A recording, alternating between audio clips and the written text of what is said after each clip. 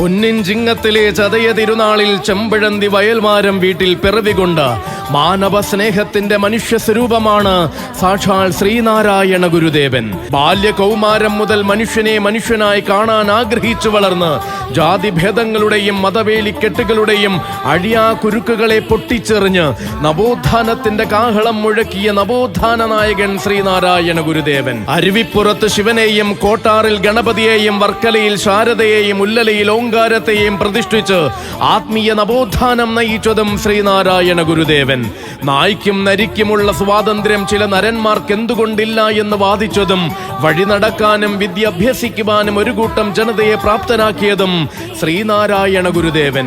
വിദ്യാലയമായിരിക്കണം പ്രധാന ദേവാലയമെന്നും വിദ്യ കൊണ്ട് പ്രബുദ്ധരായ സമൂഹത്തെ കനകമൂല്യത്തിന്റെ പാതയിൽ വഴിതെളിക്കണമെന്നും ഉപദേശിച്ച ശ്രീനാരായണ ഗുരുദേവനെ മനസ്സാ പ്രതിഷ്ഠിച്ചുകൊണ്ട് സാമൂഹിക പരിഷ്കരണത്തിൽ എന്ന പോലെ സാഹിത്യത്തിലും വാഗ്വാദത്തിലും തന്റെ പ്രതിഭ തെളിയിച്ച ആ മഹാനുഭാവന്റെ ജയന്തി ആഘോഷങ്ങൾക്ക് വർണ്ണപ്പൊലിമ ചാർത്തിക്കൊണ്ടിതാ പുന്തലയുടെ ചരിത്രഭൂമിയിലൂടെ കടന്നുവരും SNDP യോഗം 727 നമ്പർ ശാഖായോഗത്തിന്റെ വർണ്ണാഭമായ ജയന്തി ഘോഷയാത്ര.